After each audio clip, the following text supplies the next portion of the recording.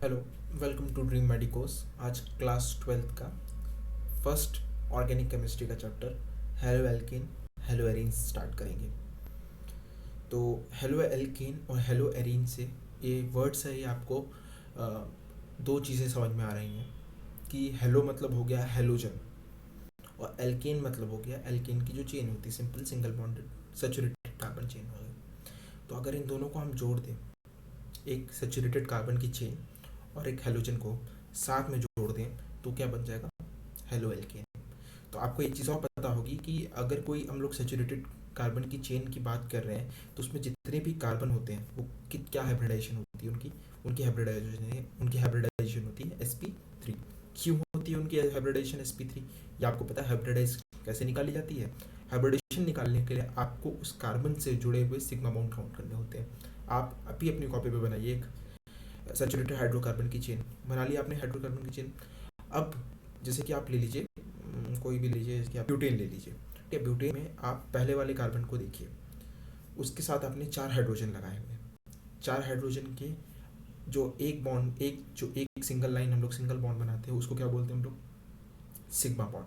तो आप काउंट कीजिए कि उस कार्बन के साथ कितने सिग्मा बॉन्ड हैं? 4 सिग्मा बॉन्ड। इसी तरह आप चारों के चारों कार्बन के देखिए, चारों जो है सबके पास 4 4 सिग्मा बॉन्ड है। मतलब इस चेन के अंदर सभी की हाइब्रिडेशन क्या हो गई? sp3 सस। तो इसी के साथ क्या होता है कि कोई भी एल्केन ले लीजिए, ठीक है, उसमें कोई भी एल्केन के अंदर कोई भी कार्बन के साथ एक हाइड्रोजन को हटा के उसकी जगह क्या जोड़ दीजिए? कोई भी हेलोजेनेटेड कंपाउंड जोड़ दीजिए। हेलोजेनेटेड कंपाउंड कौन सा हो गया? क्लोरीन हो गया, ब्रोमीन हो गया, आयोडीन हो गया, फ्लोरीन हो गया, कोई भी एक जोड़ दीजिए। अभी भी आप इसकी हाइब्रिडेशन चेक करेंगे तो उसकी हाइब्रिडेशन कितनी आ रही है? sp3। यस, sp3 आ रही है। इसका मतलब क्या हो गया? वो हेलो एल्केन है, क्योंकि यहाँ पे क्या हुआ, हमने सैचुरेटेड कार्बन चेन यूज़ की प्लस उसके साथ हाइड्रोजन को जोड़ दिया, तो ये क्या बन गया? Halo alkane. अगर इसी के साथ बात करूँ हेलो एरीन्स के बारे में, तो एरीन्स के आपके बारे में आप जानते ही हैं, एरोमेटिक चेन होती है, चेन्स होती है। मतलब आप इसको बात में बेंजीन को आप देख लीजिए। अगर मैं बेंजीन के साथ क्या करूँ कि उसके साथ जो सारे हाइड्रोजन है, कोई भी एरीन ले लीजिए, एरीन्स कोई भी हो सकते हैं। तो एरीन में क्या कर रहा हूँ मैं कि एरीन में क्या है कि मैंने कार्बन के साथ एक हाइड्रोजन को हटाया और उसकी जगह क्या जोड़ दिया? हाइड्रोजन को हटाते मैंने वहाँ पे जोड़ दिया एक कोई भी हेलोजेनेटेड कंपाउंड। हेलोजेनेटेड कंपाउंड को जोड़ने के बाद आप उसकी हाइब्रिडेशन देखूँ तो आपको पता है कि जो यहाँ पे जो हम लोग कार्बन यूज़ कर रहे हैं वो डबल बॉन्डेड है, सी डबल बॉन्ड सी।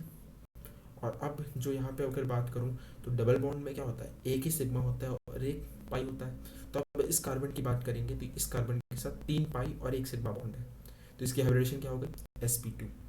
ठीक है, तो इसी में बात कर रहे हैं, तो इनसे आपको क्या चीज़ क्लियर हुई? हेलो एल्केन और हेलो एरीन्स की कार्बन की हाइब्रिडेशन क्लियर होगी। इसके बाद अगर बात करूँ तो हेलोजन कंटेनिंग ऑर्गेनिक कंपाउंड जो है नेचर में बहुत सारे हैं और इनका वाइडली यूज़ है क्लिनिकली, हमारे घर पे डिफरेंट तरीके से बहुत सारा यूज़ है। ठीक है, इस पर बात करूँ तो अगर एंटीबायोटिक्स की बात करूँ तो पता है एंटीबायोटिक्स बैक्टीरिया को मारने के लिए, एंटी मतलब हो गया अगेंस्ट, बैक्टीरिया के अगेंस्ट यूज़ की जाती है। तो एक एंटीबायोटिक है जिसमें क्या होता है? क्लोरीन जुड़ा होता है। क्लोरीन क्या है? एक हेलोजन है, हेलोजन का एंटीबायोटिक से जुड़ा हुआ है। ठीक है, और ये केमिकल का अगर मैं एंटीबायोटिक की बात करूँ तो ये क्या नाम है इसका? क्लोरोएम्फिसिनॉल। क्लोरोएम्फिसिनॉल जो है वो माइक्रो ऑर्गेनिज्म में प्रोड्यूस होती है, टाइफाइड फीवर के लिए बहुत ही ज़्यादा, उसके ट्रीटमेंट के लिए बहुत ज़्यादा यूज़फुल है और इसमें क्लोरीन होता है। ठीक है, इसके बाद एक और हार्मोन की बात करने के आऊँ तो हार्मोन क्या पता है, जैसे कि थायरोक्सिन। थायरोक्सिन हार्मोन जो होता है उसके आयोडीन प्रेजेंट होता है और ये कहाँ से प्रोड्यूस होता है, कहाँ पे यूज़ होता है इसका? यस, थायराइड ग्लैंड में होता है। और इसकी डिफिशियंसी क्या क्रॉस करेगी? आप ग्वाइटर क्रॉस कर देगी। ठीक है, अगर इसकी कमी हो जाए बॉडी के अंदर तो ग्वाइटर, गले में सूजन होने की संभावना हो जाती है। ठीक है, इसके बाद सिंथेटिक हेलोजन। सिंथेटिक मतलब होता है क्या? एक होता है नेचुरल, एक होता है सिंथेटिक। मतलब हमने किसी क्या किया, इसको लैब में बनाया है। क्लोरोक्विनिन। क्लोरोक्विनिन का नाम आपने कोविड के टाइम में बहुत यूज सुना होगा क्योंकि कुछ पेशेंट्स के लिए ये थी यूजफुल ड्रग। ठीक है, वैसे ये यूज़ होती है मलेरिया के ट्रीटमेंट में। इसके हेलोथेन्स की बात करूँ तो ये एनेस्थेटिक की तरह यूज़ होती है सर्जरी के टाइम में। इसी तरह बहुत सारे और कंपाउंड हैं, कुछ जैसे फ्लोरिनेटेड कंपाउंड है, वो पोटेंशियल ब्लड सब्सिट्यूट की तरह काम करता है। ठीक है, तो इस चैप्टर में हम लोग यही सब पढ़ने वाले हैं। अगर पहले बात करूँ तो मैं क्लासिफिकेशन बहुत इंपॉर्टेंट होता है, किसी भी चीज़ को पढ़ने के लिए उसका क्लासिफिकेशन करना बहुत इंपॉर्टेंट होता है। तो इसी तरह मैं हेलो एल्केन और हेलो एरेन्स की क्लासिफिकेशन करूँगा। फिर बता दूँ हेलो एल्केन क्या होता है, sp3 हाइब्रिडाइज कार्बन है यहाँ पे, हेलो एरेन्स क्या है, sp2 हाइब्रिडाइज कार्बन है। तो अगर मैं सिंपली बात करना चाहूँ कि हाइड्रोजन को किसी भी रिंग के साथ में जोड़ रहा हूँ या किसी भी चेन के साथ में जोड़ रहा हूँ, अगर मैं सिंगल, जैसे पहला एग्जांपल दे रखा है C2H5X, अगर मैं इसमें देखूँ तो इसमें क्या मैंने एक हाइड्रोजन को जोड़ा है, इसीलिए मैं इसको क्या बोल रहा हूँ, मोनो हेलो एल्केन। दो को जोड़ दूँ, डाई हेलो एल्केन। तीन को जोड़ दूँ, ट्राई हेलो एल्केन। इसी तरह अगर मैं चेन की बात करूँ, सॉरी रिंग की बात करूँ, जिसको हम लोग एरीन्स भी बोलते हैं, ठीक है, तो अगर एक रिंग में एक हाइड्रोजन को जोड़ा हुआ है तो मोनो हेलो एरीन, यहाँ पे दो जोड़ा हुआ है तो डाई हेलो एरीन, तीन जोड़ा हुआ है तो ट्राई हेलो एरीन। तो हेलो में क्या आ जाएगा, अगर हम क्लोरीन को जोड़ रहे हैं तो ट्राई क्लोरो एरीन हो जाएगा, ब्रोमीन को जोड़े ट्राई ब्रोमो एरीन हो जाएगा, और एरीन की जगह या एल्केन की जगह जो भी रिंग है, जैसे कि यहाँ पे अगर मैं बात करूँ ये ट्राई हेलो एरीन्स में, या यहाँ पे 3 कार्बन चेन है, ठीक है, 3 कार्बन की चेन क्या होती है, प्रोपेन होती है, तो यहाँ पे क्या लिख दूंगा, ट्राई क्लोरो प्रोपेन, सिंपल है, ठीक है। इसके बाद मैं और डिटेल में इस क्लासिफिकेशन जाऊँ तो sp3 हाइब्रिडाइज कार्बन से जुड़ा हुआ कंपाउंड की बात कर रहा हूँ। sp3 हाइब्रिडाइज कार्बन का मतलब क्या समझ में आ रहा है कि ये वाला जो कार्बन है, जो सिंगल C है, इसकी जो हाइब्रिडाइजेशन है वो sp3 है, मतलब इसके साथ 4 सिग्मा बॉन्ड लगे हुए हैं, मतलब ये किसी भी डबल बॉन्ड कार्बन के साथ नहीं अटैच है, मतलब इसका अगर ये कार्बन के साथ अटैच है तो सिंगल बॉन्ड के साथ है, डबल बॉन्ड के साथ नहीं है, ठीक है। तो यहाँ में पता चल गया कि इस कार्बन क्या है, एक हेलोजन के साथ अटैच होगा, ये हेलोजन क्लोरीन ब्रोमीन फ्लोरीन कुछ भी हो सकता है। तो अगर होमोलोगस सीरीज बनाने की बात करूँ तो उसका फॉर्मूला क्या होगा, CnH2n+1, ठीक है, X यहाँ पे हेलोजन है। वैसे एल्केन का क्या होता है, CnH2n+2, बट यहाँ पे क्या है, एक हाइड्रोजन को हम रिप्लेस कर रहे हैं किसके साथ, हेलोजन के साथ, इसीलिए मैंने एक हाइड्रोजन को हटा के हेलोजन जोड़ दिया, ठीक है। अगर मैं उस कार्बन के साथ इस्तेमाल कर रहा हूँ, कोई भी कार्बन लिया जो 1 डिग्री कार्बन है, अगर मैं उसके साथ हाइड्रोजन को जोड़ूंगा तो वो हाइड्रोजन क्या हो जाएगा, 1 डिग्री हो जाएगा। अगर कार्बन 2 डिग्री है तो हाइड्रोजन 2 डिग्री हो जाएगा, कार्बन 3 डिग्री है तो हाइड्रोजन 3 डिग्री हो जाएगा। अच्छा, अब कार्बन की क्या नाम है, कैसे पता चलेगा 1 डिग्री है, 2 डिग्री है, 3 डिग्री है, तो अगर कार्बन किसी एक ही कार्बन के साथ जुड़ा है, मतलब कार्बन एक और कार्बन के साथ जुड़ा है तो प्राइमरी कार्बन हुआ। कार्बन किसी 2 कार्बन के साथ जुड़ा हुआ है, जैसे कि मैं इधर वाला बात कर रहा हूँ, तो वो हो गया सेकेंड डिग्री कार्बन, अगर उसको सेकेंडरी भी कह सकते हैं। अगर कार्बन 3 कार्बन के साथ जुड़ा हुआ है तो वो टर्शियरी कार्बन हो गया, 3 डिग्री कार्बन गया। इसी की बात करूँ तो एलाइलिक हैलाइड के बारे में बोलूँ तो एलाइलिक हैलाइड में भी क्या होता है, जिस कार्बन के साथ हेलोजन जुड़ा हुआ वो कौन सा होगा, sp3, बट इसमें थोड़ा सा चेंजेस होता है। यहाँ पे क्या होता है कि 2 कार्बन है डबल बॉन्डेड, उसके साथ किसी एक 2 डबल बॉन्डेड कार्बन के साथ किसी एक कार्बन एक और कार्बन से जुड़ा हुआ है, जैसे कि पहले वाली की बात करें तो यहाँ पे देखिए, यहाँ एक कार्बन है, यहाँ एक कार्बन है, उसके बाद ये यहाँ एक कार्बन है, तो यहाँ डबल बॉन्ड हो गया, ठीक है, उसके साथ सिंगल बॉन्ड से एक कार्बन और जुड़ा हुआ है, फिर उसके साथ हाइड्रोजन जुड़ा हुआ है, ठीक है। तो इसके बारे में समझ में आ गया आपको क्या कहना चाह रहा हूँ मैं, 2 कार्बन जुड़े हुए हैं, उसके साथ एक हाइड्रोजन जुड़ा हुआ है, 2 कार्बन के साथ एक कार्बन जुड़ा हुआ है और उस कार्बन के साथ हाइड्रोजन जुड़ा हुआ है। तो अगर 2 कार्बन के साथ एक कार्बन आ रहा है, मतलब ये 2 कार्बन के साथ एक सिंगल बॉन्डेड कार्बन आ रहा है, उसको हम लोग बोलते हैं एलाइलिक कार्बन, और उसके साथ जुड़े हुए हाइड्रोजन को बोलते हैं हम लोग एलाइलिक हाइड्रोजन, और पूरे कंपाउंड क्या बन जाएगा, एलाइलिक हैलाइड। आई बात समझ में, बहुत ईजी सा टॉपिक है, ठीक है। इसके बाद बात करूँ मैं नेक्स्ट टॉपिक की, तो बेंजाइलिक हैलाइड आ जाता है, ठीक है, यहाँ पे देख लीजिए, ये डबल बॉन्डेड, ऊपर वाले में एलाइलिक हैलाइड में सेकंड वाला और भी देख लीजिए, डबल बॉन्डेड है, उसके साथ कार्बन अटैच है, कार्बन के साथ हाइड्रोजन अटैच है। इसके बाद अगर मैं देखूँ तो बेंजाइलिक हैलाइड, बेंजाइलिक हैलाइड का मतलब भी सिंपल सा है, बेंजाइन ग्रुप होगा, बेंजाइल ग्रुप मतलब बेंजीन बात कर रहा हूँ, बेंजीन के साथ एक कार्बन अटैच होगा, किसी भी हाइड्रोजन को हटा के कार्बन जुड़ा होगा, जैसे यहाँ पे देख लीजिए, और उसके साथ हाइड्रोजन को जोड़िए, मतलब यहाँ पे जो हाइड्रोजन अटैच हो रहा है वो सिर्फ sp3 कार्बन के साथ अटैच हो रहा है, ना कि sp2। अगर मैं बेंजीन की इस वाले कार्बन की बात करूँ, इस कार्बन की बात करूँ, तो इसकी हाइब्रिडाइजेशन है sp2, ठीक है, और ये क्या है, एक सिंगल बॉन्डेड कार्बन फिर अटैच हो रहा है। इसकी हाइब्रिडेशन की बात करूँ तो यह है sp3, यह है sp3, ठीक है। उसकी ये हाइड्रोजन के साथ मैं अटैच कर रहा हूँ किसी के एक्स ग्रुप को, ठीक है। तो ये क्या है, बेंजीन है और ये हैलाइड है और ये बेंजाइलिक हैलाइड बन गया। अगर मैं दूसरी एग्जांपल की बात करूँ तो यहाँ पे देखिए, ये क्या है, ये बेंजीन है, बेंजीन के साथ एक कार्बन अटैच है, उसके साथ फिर हाइड्रोजन अटैच है, ठीक है। तो अगर मैं बात करूँ तो अगर इसकी हाइब्रिडाइजेशन की बात करूँ तो क्या हो गया, sp3, तो ये फॉलो कर रहा है वो एल वाला। और उसके बाद करूँ तो ये कितने डिग्री कार्बन है, अगर इस कार्बन की बात करूँ ये कितने डिग्री कार्बन है, तो ये एक कार्बन के साथ जुड़ा है, फिर ये एक कार्बन के साथ जुड़ा है और इधर एक कार्बन के साथ जुड़ा है, टोटल 3 डिग्री कार्बन हो गया। क्या हो गया, 3 डिग्री कार्बन हो गया, ठीक है। सिंपल सा है, कुछ इसमें ऐसा कुछ वो नहीं है बहुत हार्ड सा। इसके बाद अगले कंपाउंड की अब मैं आ रहा हूँ, sp3 हाइब्रिडाइज कार्बन की बात हो गई। अब जो कार्बन के साथ हाइड्रोजन अटैच है वो sp2 हाइब्रिडाइज है। तो इसके दो एग्जाम्पल, विनाइलिक हैलाइड और एराइलिक हैलाइड, एराइल हैलाइड हैलाइड्स। तो विनाइल हैलाइड में क्या होगा, अब यहाँ पे जो कार्बन, जो हाइड्रोजन अटैच होगा वो डबल बॉन्डेड कार्बन के साथ अटैच होगा। तो सिंपली देख लीजिए इन दोनों में, ये एग्जाम देखिए, डबल बॉन्ड के साथ एक हाइड्रोजन अटैच है। अगर ये वाली एग्जाम्पल की बात करें तो डबल बॉन्ड के साथ एक हाइड्रोजन अटैच है। इसके बाद अगर मैं अगला टॉपिक के बारे में, एराइलिक हैलाइड, इसमें क्या होता है कि यहाँ रिंग के अंदर अटैच होगा और हाइड्रोजन डायरेक्ट होगा sp2 हाइब्रिडाइज कार्बन के साथ अटैच। पर यहाँ पे अगर ये और इस रिंग में क्या होगा, एराइलिक हैलाइड में, यहाँ पे एरोमेटिक रिंग की बात की जा रही है। यहाँ जो रिंग होगी, जो चेन मतलब ये जो सर्कल बनेगा, रिंग बनेगी, ये क्या होगी, एरोमेटिक रिंग होगी। ये चैप्टर हाइड्रोकार्बन्स में आपने पढ़ा हुआ है, एरोमेटिक और अनएरोमेटिक वाला टॉपिक। तो यहाँ पे एरोमेटिक रिंग होनी चाहिए। इसके बाद नोमेनक्लेचर की बात करूँ तो ये बहुत ही सिंपल सा है। यहाँ पे थोड़ा सा इंपॉर्टेंट टर्म क्या आ जाता है, आपने पढ़ाई है ऑर्थो मेटा पैरा, ये तो आपने एरीन्स हाइड्रोकार्बन में पढ़ा ही हुआ है, मैं इसको थोड़ा सा रिवर्स कर दे रहा हूँ। यहाँ पे देखिए क्या है, अगर मैं यहाँ पे बात करूँ तो यहाँ देखिए 3 कार्बन है, ठीक है। 3 कार्बन के साथ एक बेंजीन आके जुड़ गया, सॉरी 3 कार्बन के साथ ब्रोमीन आके जुड़ गया।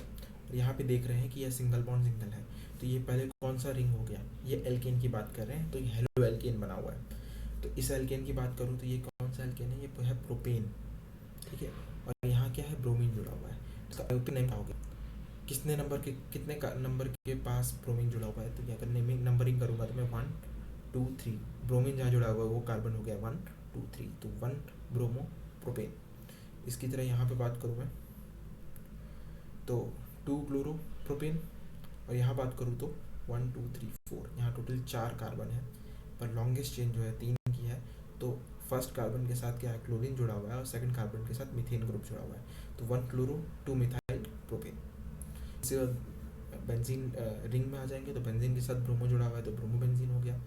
यहाँ पे 2 जुड़े हुए हैं, फर्स्ट नंबर और 3 थर्ड नंबर पे 2 ब्रोमीन जुड़े हुए हैं, तो 1 3 डाइब्रोमो बेंजीन गया। और अगर ऑर्थो मेटा पैरा वाले कॉमन नेमिंग में आ जाऊँ तो ये क्या हो जाएगा, मेटा वाला हो जाएगा। ये कौन सा हो जाएगा, सिमेट्रिक ट्राइब्रोमो बेंजीन है, ठीक है, 135 ट्राइब्रोमो बेंजीन।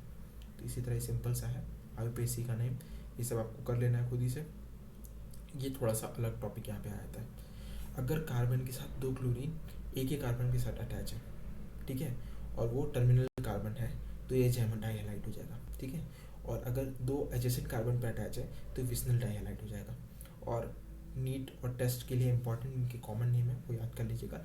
इसका नाम हो जाएगा इथाइलिडीन क्लोराइड और इसका हो जाएगा इथाइलिन डाइक्लोराइड। तो ये इंपॉर्टेंट है, थोड़ा सा देख लीजिएगा। इसके बाद यहाँ पे नेमिंग और आईयूपीए के लिए दिया हुआ है, ये आप लोग खुद प्रैक्टिस कर लीजिएगा, ठीक है।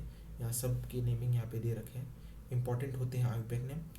कॉमन नेम भी थोड़ा सा देखने लायक है, आईयूपीए नेम हो जाता है वो टेस्ट में डायरेक्ट आ जाते हैं, ठीक है। यहाँ पे 1 डिग्री 2 डिग्री 3 डिग्री 1 डिग्री ये सब चेक करने के लिए है।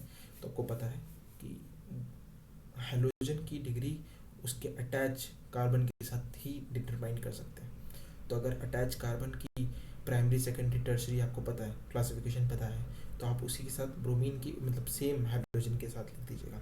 यहाँ पे देखिए जो कार्बन है, इस पहला वाला जो है, सॉरी यहाँ पे कुछ और क्वेश्चन, अच्छा इसका यहाँ पे वो दे रखा है, आपको बताना है 8 स्ट्रक्चरल आइसोमर्स है, आइसोमर्स में ये आप प्रैक्टिकली यूज़ कर सकते हैं, प्राइमरी सेकेंडरी टर्सरी वाला, ठीक है। क्वेश्चन कुछ और है बट मैं प्रैक्टिस के लिए बता रहा हूँ कि आप यहाँ पे प्रैक्टिस कर सकते हैं, ठीक है, यहाँ पे भी नंबरिंग डाल दीजिएगा, प्राइमरी सेकेंडरी, इंपॉर्टेंट टॉपिक है, सब क्वेश्चन सॉल्व कर लीजिएगा, सब इजी इजी क्वेश्चन से सॉल्यूशन दे ही रखे हैं यहाँ पे। ओके, तो अब नेचर की बात करें, सी एक्स मतलब हो गया कार्बन के साथ हाइड्रोजन ग्रुप जोड़ है। तो हाइड्रोजन अगर किसी कार्बन के साथ अटैच है तो हाइड्रोजन आपको पहले से पता है कि ये नेगेटिव ग्रुप है, ठीक है। तो अगर ये कार्बन के साथ हाइड्रोजन को जोड़ रहे हैं तो ये पोलराइजेशन होगा, मतलब अगर एक्स की बात करूँ कि कोई हाइड्रोजन है उसके ऊपर क्या आ जाएगा, पार्शियल नेगेटिव चार्ज आ जाएगा, और कार्बन के ऊपर बात करूँ तो पार्शियल पॉजिटिव चार्ज आ जाएगा, ठीक है।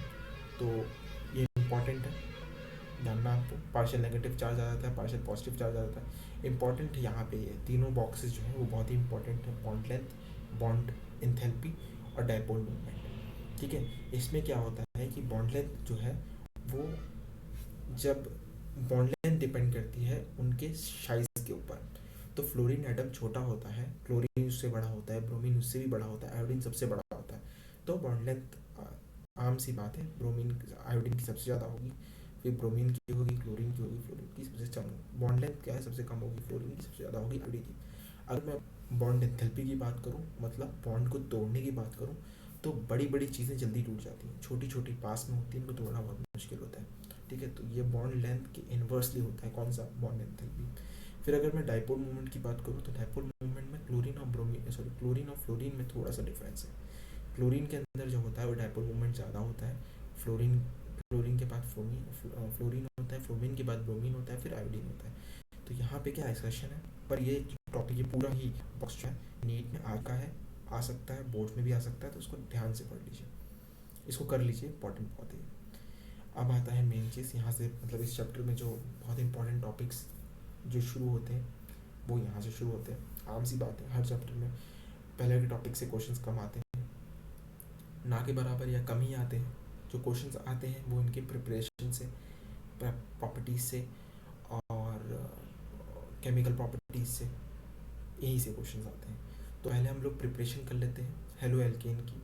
हेलो एल्केन की प्रिपरेशन में बता दूं कि एल्केन बनाना है, अगर आपको हेलो एल्केन बनाना है तो सबसे अच्छा ईल्ड जो आपको कौन देगा, वो देगा आपको अल्कोहल, आर ओ एच जो होता है वो सबसे ज़्यादा आपको दे देगा, क्या इजीली आप हेलो एल्केन बना के देते हो, ठीक है। यहाँ पे कुछ एग्जाम्पल्स दे रखे हैं, जैसे कि मैंने ROH ले लिया, अगर मैं इसको HCl के साथ रिएक्ट कर रहा हूँ ZnCl के प्रेजेंस में, तो क्या होगा, यहाँ पे OH जो है वो टूटेगा, ठीक है, और HC से H टूटेगा, ये OH और H मिल के बना लेगा H2, और R जो है वो Cl के साथ जाके जुड़ जाएगा और बना लेगा RCl। तो यहाँ पे जो पिंक में दे रखे OH ये सब टूट रहे हैं, और जो नेक्स्ट में रिएक्ट कराया गया है HCl NaBr NPXI, तो ये क्या है, जिसमें ग्रीन वाले हैं वो जाके जुड़ जाएंगे आपके एल्केन के साथ, और जितने भी आपके जो हाइड्रोजन है वो जाके जुड़ जाएंगे R के साथ, और जितने भी OH हैं वो जाके जुड़ जाएंगे साथ आपके जितने भी NAP इनके साथ जुड़ के केमिकल कंपाउंड बना लेंगे। इसमें इंपॉर्टेंट आपका जो है वो पहला वाला ROH HCl के साथ वाला जो है पहला, वो इम्पॉर्टेंट है, और सेकंड लास्ट इम्पॉर्टेंट है ROH रेड फॉस्फोरस और H2 के साथ रिएक्शन कराएंगे, तो उसके बाद ROH SO2 Cl2 इसके साथ रिएक्शन करा रहे हैं, ये भी इम्पॉर्टेंट है, ठीक है।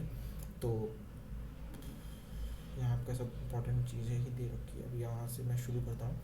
हाँ, हाइड्रोकार्बन, अगर मैं बात करूँ अल्काइल हैलाइड बनाने की, ठीक है, हेलो एल्केन बनाने की बात करूँ, तो हाइड्रोकार्बन से अच्छा तरीका कोई नहीं, मतलब एल्केन से halo alkane banana is very simple, बहुत ईजी है। इसमें जो तरीका यूज़ करेंगे वो होगा free radical halogenation. Free radical halogenation में हम बात करें तो हम मेनली यहाँ पे क्लोरीनेशन और ब्रोमिनेशन की बात करेंगे, क्योंकि आयोडीन को तोड़ना बहुत मुश्किल होगा, फ्लोरीन को तोड़ना बहुत मुश्किल होता है, फ्लोरीनेशन कराना बहुत डिफिकल्ट होता है, और क्लोरीन जो है आयोडीन जो है वो सिंपली जल्दी रिएक्ट नहीं करता है, ठीक है। हेलोजिनेशन जो है वो आयोडीन बहुत आसानी से नहीं करता है, सिंपल मतलब नॉर्मल हमारे नॉर्मल अगर बोले इन्वायरमेंट में तो जल्दी कर नहीं पाएगा, उसके लिए हमें अलग से कुछ ना कुछ उसको देना पड़ेगा, ठीक है। तो यहाँ पे हम लोग क्या है क्लोरीनेशन ब्रोमिनेशन की बात कर रहे हैं, क्लोरीनेशन और ब्रोमिनेशन को हम कराएंगे। क्लोरीनेशन ब्रोमिनेशन ये सारा टॉपिक हाइड्रोकार्बन में आपने पढ़ चुका है, ऐसा कोई नई चीज़ नहीं है इसके अंदर। हमने कोई भी चेन ले लीजिए, कोई भी एल्केन की चेन ले लीजिए, क्लोरीन डालिए उसमें या ब्रोमीन डालिए, यूवी रेज डालिए, हीट कर दीजिए, तुरंत आपको क्लोरीनेशन या ब्रोमिनेशन मिल जाएगा। अच्छा, यहाँ पे दो प्रोडक्ट बनेंगे, एक मेजर एक माइनर। मार्कोनिकॉफ रूल लगाइएगा, मेजर प्रोडक्ट मिलेगा। मार्कोनिकॉफ रूल जो फॉलो कर रहा होगा मेजर दे देगा, नहीं कर रहा होगा माइनर देगा।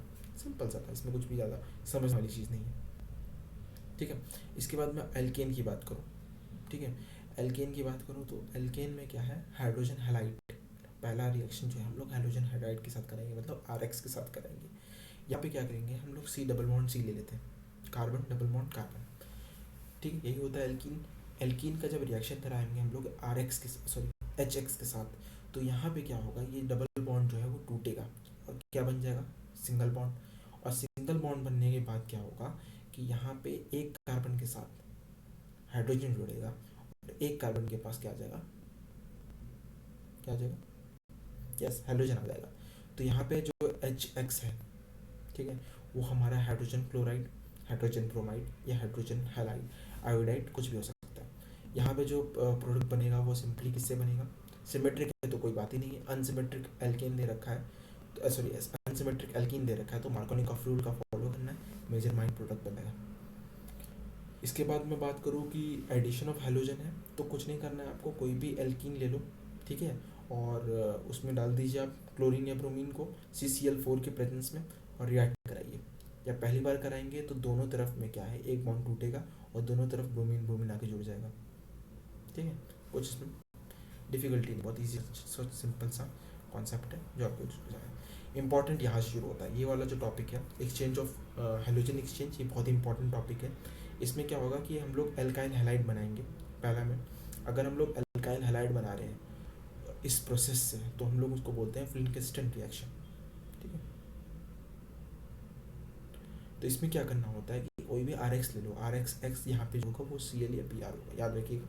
यहाँ पे जो RX ले रहे हैं वो फ्लोरीन या आयोडीन नहीं ले रहे हैं, आयोडीन लेंगे नहीं, आयोडीन बनाना ही है, RX Ri तो बनाना ही है, RF नहीं ले सकते। RX की जगह या तो Cl या ब्रोमीन होगा।